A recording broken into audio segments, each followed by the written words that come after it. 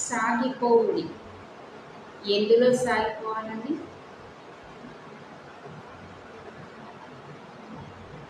ఇందులో సాగిపోవాలి. ఈ సాగిపోవుడి అని దేవుడు మోషేతో చెప్పాడు. అడ్డొస్తున్నాయి, మోషే సాగిపో. మరి మోషేకైనా సాగిపోని చెప్పింది. ఇప్పుడు ఒకటి మనం చదువుతున్నప్పుడు మన జీవితంలో కూడా అరే మనం ఇలా చేస్తే ముందుకు వెళ్తాము. దేవుడి మాట మోషే విన్నాడు. మరి మనము ఆయన యొక్క మాట వింటే మరి ఆయనని సాగిపో అని చెప్పిన దేవుడు నేను ఇక్కడ ఆగిపోమంటాడు. మరి ఎర్ర సముద్రం ఎదురు వచ్చినప్పుడు మరి భయపడుతూ కూర్చున్నాడు మోషే. సాగిపో సాగిపో సాగిపో. మనం ప్రార్థన చేస్తాం, మనకి బలం వస్తుంది, అంటే ఆలోచన వస్తుంది, దేవుడు మనకి తోడుగా ఉన్నాడు సార్, మనం ముందుకు వెళ్ళిపోదామని. కానీ మన ఆలోచనలు ఏం చేస్తే వెనక్కి లాగేస్తూ ఉంటాయి. అరే మనం ముందుకు పోతే ఏమవుతుందో.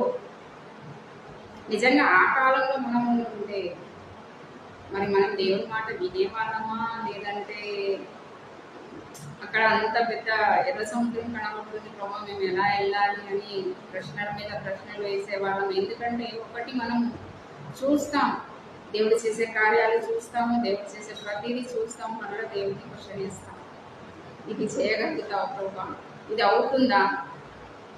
కానీ దేవుడు ప్రతిదీ చేయగలడు. ఆయనకి అసాధ్యమైనది ఏది లేదు, సమస్తమును సాధ్యమే. కానీ ఆయనను ఏం చేస్తున్నామంటే మనం ఆయనకి సాధ్యమా, ఆయన ఇది చేయగలుగుతారా, అప్పుడు చేశాడు మీకు అంటే ఆయన సామర్థ్యం తగ్గిపోయిందా? ఆయన సామర్థ్యం ఎప్పుడు తగ్గదండి. ఆయన చెయ్యి ఎప్పుడు సురక్ష కాలేదు. మన చెయ్యి పెట్టడంలో మనము వెనక్కి తీసుకుంటామేమో, కానీ దేవుని హస్తం ఎప్పుడు సురక్ష కాలేదు.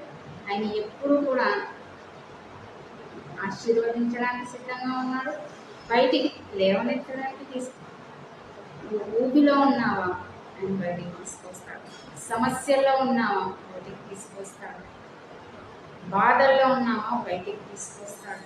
అన్నిట్లో నుండి ఆయన బయటికి తీసుకువచ్చేది. మరి మనం ఏం చేయాలి? ఉన్న చోటనే ఉండాలా, సాగిపోవాలా?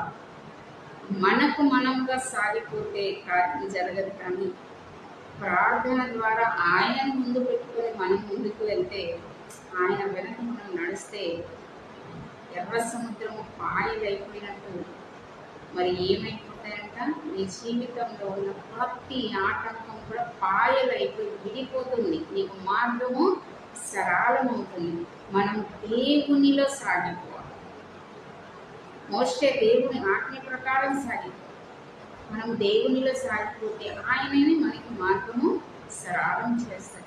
మరి అంతమందిని రక్షించిన దేవుడు మన జీవితాల్లో వెలుగునివ్వడం, మన జీవితంలో ఉన్న ప్రతి సమస్యను తీసివేస్తాడు. ఆయనకి అసాధ్యమైనది ఏమీ లేదు. ఆయనతో మనం ఏం చేయాలి? సాగిపోవాలి. ఆయన మాట వినాలి. ఆయన మాట వినాలంటే ఆయన మాటని మనము చదవాలి, ధ్యానించాలి. నిజంగా చదువుతున్నప్పుడు మన బలహీనతలన్నీ కొట్టివేయడం, దాన్ని పక్కకు పెట్టగానే మళ్ళీ ఆలోచనలన్నీ వస్తాయి.